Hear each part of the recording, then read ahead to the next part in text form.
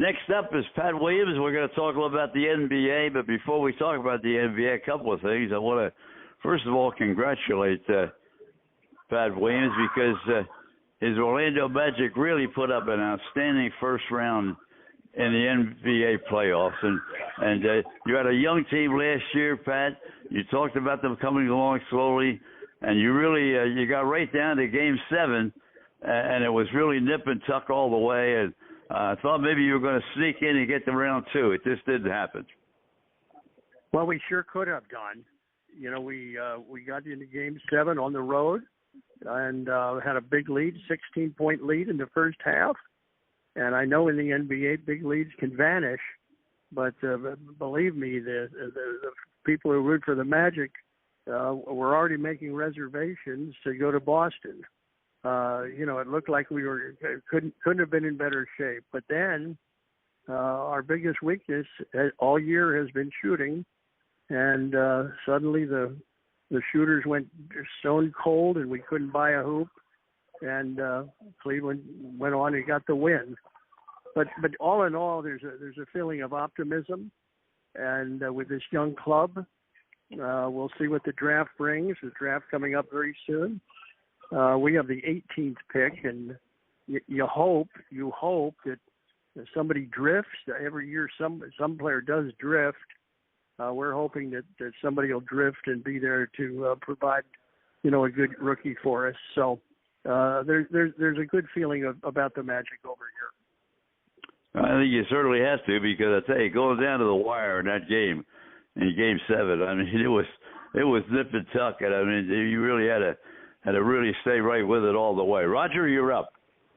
Yeah, Pat, the congratulations on the success, and I just wanted to get back to, because you were so involved in baseball at the beginning of your career, and we were talking about the gambling, and we just think that the gambling issue is spread throughout the different sports venues and avenues, and does that concern you as a management person in the NBA team? It sure concerns me. And we're seeing things popping up. Jonte Porter suspended for life. Now a Major League Baseball player suspended for life. 5 other ball players suspended for a year. Yeah, I don't think anybody in these sports was hoping or anticipating or feeling that might happen. But it's right in front of us, and. People have got to be extremely careful. And baseball is, by the way, they've got signage. You go into a major league locker room, and you cannot miss the issue of betting on baseball. I mean, there's signage and warnings all over those locker rooms, so no ball player ever has an excuse. You just hope that some of these early cases are warnings, wake-up calls to other ball players that would prevent them from getting involved. But I think we're all concerned. We're greatly concerned in all of sports. But the courts ruled in favor of this, some years back, and I think it's just part of sports now, and we just have to be alert to it. I think you're exactly right, Pat. Anytime you went into a clubhouse, we talked about this the first half hour, it's right there in front of your eyes. You can't say, I didn't know about this or I didn't know about that, because now you can go back 40 years and those signs were there about gambling on baseball. And so everybody had to know. And I think you're exactly right. As an owner, as a big part of the NBA, you got to be concerned, because it affects your whole product. And you want to make sure your product is as good as it can be. And you don't want your fan base to be suspicious that stuff is going on that shouldn't. So the leagues are cracking down hard. Adam Silver didn't mess around with the young guy from Toronto. Got all over it, suspended him for life. Michael Porter's brother, just bang. And now Manfred has done the same in baseball with that infielder, and boom, he's gone. Won't ever play again. That's a steep price to pay for some stupid betting, on this, that, or the other. I mean, it's just absolutely ignorance. I guess stupid is the word, particularly when there's warnings all over the place. Right. About what's going to happen to you. You're going to be suspended for life. You will never put on a uniform again. Boy, that's a harsh punishment. Pat, I don't know whether we were going to do it last week, and Frank did quite a research job on what's happening in the Tampa Bay area, what's happening in St. Petersburg, and what's happening with baseball. And Frank, maybe I don't know whether Pat's seen all the information that you passed along, but why don't you quickly just touch on some of the things that are really standing in the way of making a new stadium, and because Pat's very interested, obviously, in that because he's looking for something down in Tampa. Frank? Yeah, there's still a major decision to be made by both the city and the county commission. City commission has about 3-2 right now for, and the county commission is about 4-3 against. It all comes down to the $1.3 billion that has to go into that stadium, and the fact that the county has to put up $612 billion, which they hope to get out of revenue from the bed tax, and the city has to put up another $200 million. The location is another thing that seems to be having a problem with it. The Sierra Club, the neighbors, and other people up there aren't really thrilled with where they want to put it in the old gas works. So at this point in time, I know they went back to the drawing boards and they put another drawing together that has been sent to both City Hall and to the county. But at this point in time, it doesn't look very good. What's your thoughts, Pat? Well, I've read all the reports, all the papers, and it's far from a done deal. Even though some months ago it was presented as a done deal, but it's far from a done deal. Correct. And the Rays know that we're standing by if the thing doesn't work. If they can't get it done, Orange County and Orlando are standing by. We got a wonderful location, and we've got renderings on a magnificent ballpark, and we've got about the fastest growing area in America. We're just booming here in Central Florida, so we're ready to pursue this if the Rays have to do that. I think we're going to know a lot. Frank, from what I understand, we're going to know a lot more in July. Is that your read? Yeah, that's true. This week, the city was presented with a 2 addendum program. An agreement. One is for the stadium, and one's for the accompanying district around there. That the developer wants to develop the land, which comes into another problem that they're running into. The developer wants to build this thing, but then Sternberg wants to also build this thing, but he hasn't come up with a cent yet. Out of the 1.3, the city and the county are come up with over 8.5, and there's not a word from Sternberg. So I think it's still far from being done. I've talked to county commissioners. I've talked to city commissioners.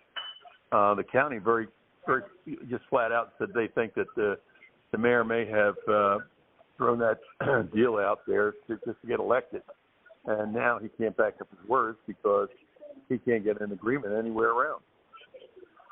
Pat, you threw some numbers at us even a year ago when you talked about the possibility of building a park, and the lease runs out where the Rays are right now, and they're going to have an interim place that they got to go at the minimum because they're not going to be able to build that park that quickly, are they?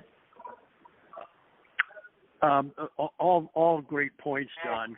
And I come up with this one Why not just play in Tropicana Field?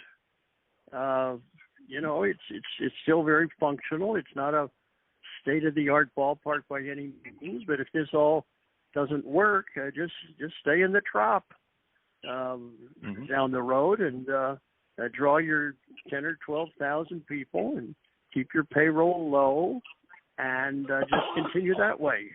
Does that subject ever come up, Frank? Yes, it has. That's one of the areas that Chris Lavella, as the county commissioner, has brought to their attention. But of course, Mr. Sternberg is adamant that he wants a new stadium. This is the second time he's tried to put something together. The last time he couldn't get his portion together because he had problems with his partners, and now he just had another thing where he had to buy out the minor partners this year also.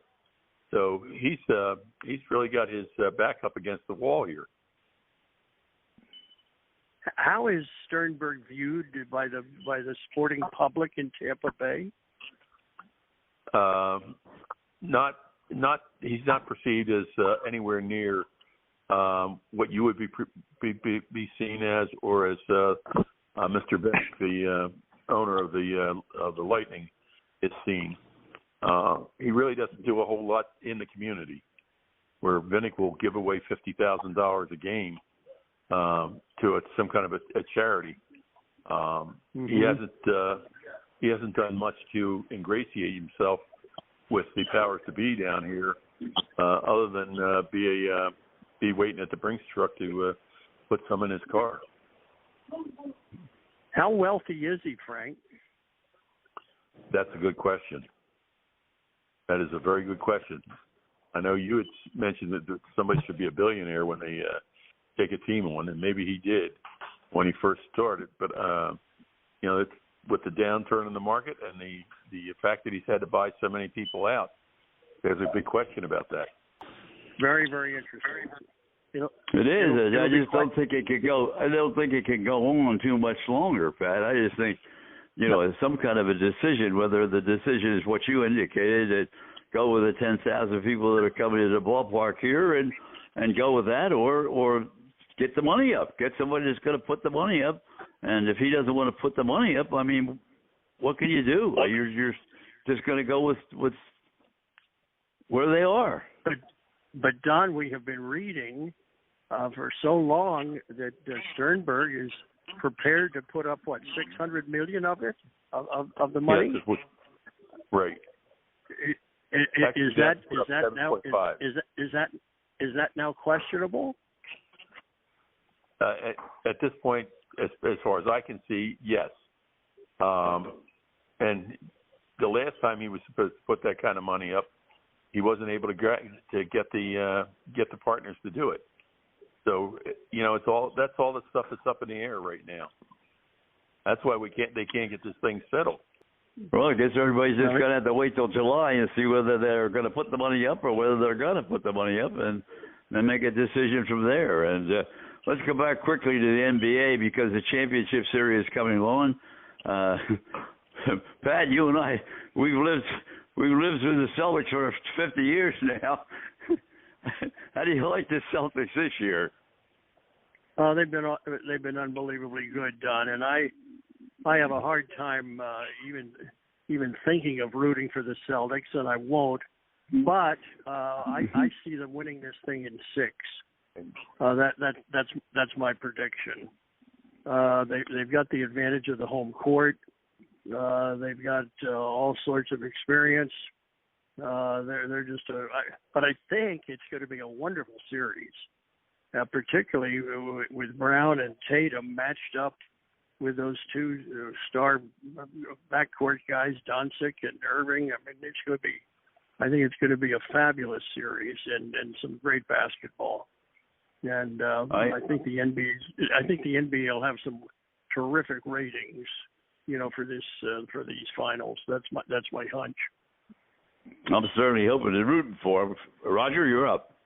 Well, I'll tell you, Pat, I'm with you. I could never root for the Celtics and I go back earlier, well, not as early as Don, but earlier than you, with the Warriors and Tom Meschery, and and back in those days, and Havlicek stole the ball, and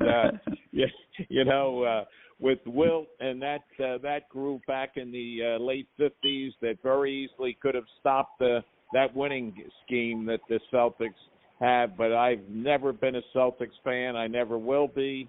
And I'm not the NBA fan I used to be either. But you move on in life as you get older. Well, I've always felt this way, and particularly being a part of it for so many years, that the Celtic 76er rivalry is among the greatest rivalries in all of sports. It's up there with Army Navy and I guess Auburn and Alabama and Ohio State and Michigan, the Dodgers and the Yankees. It was one of the rare, unique rivalries ever. They didn't meet in the playoffs every year, but whenever they hooked up, the venom was flowing, and those series were nasty. Just intense and physical and emotional. And I still have vivid memories of every one of those series with Boston, and there were a bunch of them. Pat, I'm with you every step of the way. I couldn't agree with you more. The only thing I'm concerned about is the one job. I've seen a lot of jobs I would never take, but I'll tell you one thing: being an NBA official may be one of the toughest jobs America could ever find. You just have to. It's just impossible to keep everybody even slightly happy. Well, Don, except maybe now the toughest job is being a WNBA official, because the ladies are whacking each other and knocking each other down and getting technicals and getting ejected, and all of a sudden the WNBA, has become, a physical banging, brutal. It's unbelievable. And my question is, where'd that come from? All of a sudden this year, it's turned in. It every night it's a war out there. The ladies are really going after it. Came from Dawn Staley. Dawn is tough, boy. She gets those girls in South Carolina ready for the WNBA. I'll tell you, she is really tough when it comes to being a coach in college basketball for South Carolina. Roger, you're up. Yeah, that comes from the streets of North Philadelphia and Gratz High School. No doubt about that. But, it is. And, that's a good point about the WNBA, but a little different angle, about Caitlin Clark's influence, Pat, that's really not only taken the women's basketball world by storm, but also basketball and overall. Do you agree with that or not? Oh, she's listen, I have never been a great women's college basketball fan, but when she played this year, I was watching. I had it set on and didn't miss too many of her games because it was so enjoyable to watch, the way she distributes the ball and runs the break. And, I became a huge fan of hers, and she's got fans all over the world. And there's I guess there's resentment. Some of these veteran players are saying, wait a minute. We've been around for a long time, and we've done a lot to build this league, and now all of a sudden this young phenom comes along, and everybody's going to bow and scrape to her and just pave the way. No. She's going to have to earn it, and we're going to play her hard and tough and physical, and they are doing that. But she'll overcome it. She does need better teammates. Her team isn't very good. Right. But she needs some more help. But she is so fun to watch. I'm a big Caitlin fan.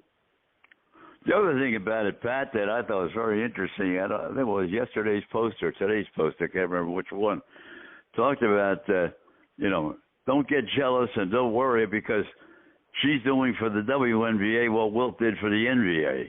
I mean, Wilt came in and people weren't making any money. Then pretty soon Wilt's going up and up and up, and everybody around him is going up. And that's what's going to happen in the WNBA with this young lady. She's going to get all these sponsors. She's going to be making more money.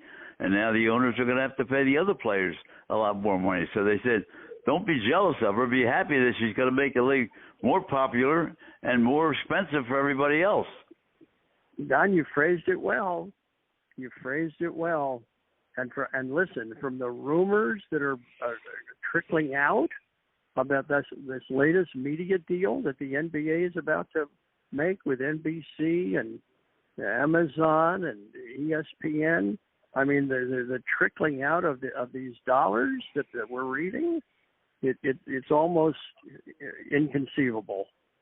But the sport has come a long way. But don't ever forget the pioneers. Oh, absolutely. They're the ones who laid the groundwork and made all of this possible. And the same thing's happening in the women's game. It is getting a lot more popular, well received, and we've never had a player, and there have been some good women, but boy, nobody's captured the fancy of the American public like Caitlin Clark. Roger? Well, it really, it's very true, Pat, because I see it in school with the way girls, whether they play basketball or not, they watch her. And I think it's also, personality and everything else. But I've been a woman's fan for a long time. My daughter played. She coached in high school, and also I did Drexel women for 8 years. And what I like about it is, especially in college, it's a traditional basketball setup. Or play, and I really like that. I mean, I guess I'm old, and which I am, and I'm a traditionalist, and that's what I like, because I just think of the days of the Sixers and that '67 team, and before that the Warriors, and like Don said, when Wilt came up, it was fun. I was with a buddy of mine. We were at a convention hall on Saturday nights. We were at the Ramblers on Friday nights at the arena, and it was just all the time. And and Wilt asked us, my buddy Steve Dozer and me, one time if we'd help him carry his gear to his car. Now, can you see anything like that happening today to two high school guys? No, that'll never happen, because the bus will be right there inside the arena, and they'll be on the bus and gone before you even turn around. No, it's a whole different world. But no question. It is nice to hear your memories of old time Philadelphia. There's something magic about sports in Philadelphia. The love for the teams in Philly and the rabid fans, well, it's hard to match anywhere in the country. And I'm particularly intrigued. The Phillies are playing midweek games against non-traditional rivals, 43,000 plus every night. Right. Every game. They're going to draw well over 3 million people this year at the ballpark in Philly.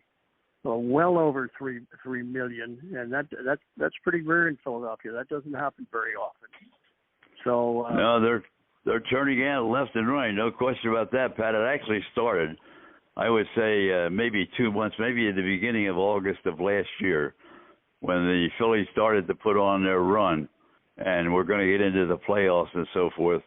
By the time they got to the playoffs, the fans were in it 100%. No question about that. Everything they had was Philadelphia Phillies, no question. Well, I'm pleased as an old Philly employee and a Phillies fan. I'm very, very happy for them. I'm still can't root openly. I'm an Eagles fan. I remain an Eagles fan, a Phillies fan. Can't root for the Sixers. I don't have any. That. and I have no interest in ice hockey. So that's all I can tell you.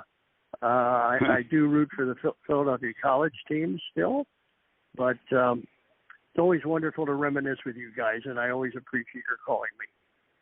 Pat, thank you so very, very much for this segment. Pat. As always, just a terrific opportunity to talk with you and somebody that really generated the whole program in Orlando, the Orlando Magic, and I couldn't be happier that they really almost turned the corner to another major step this year. I know next year will be even better. But thank you very, very much. Talk to you soon. Don, thanks so much. Always good to talk to you.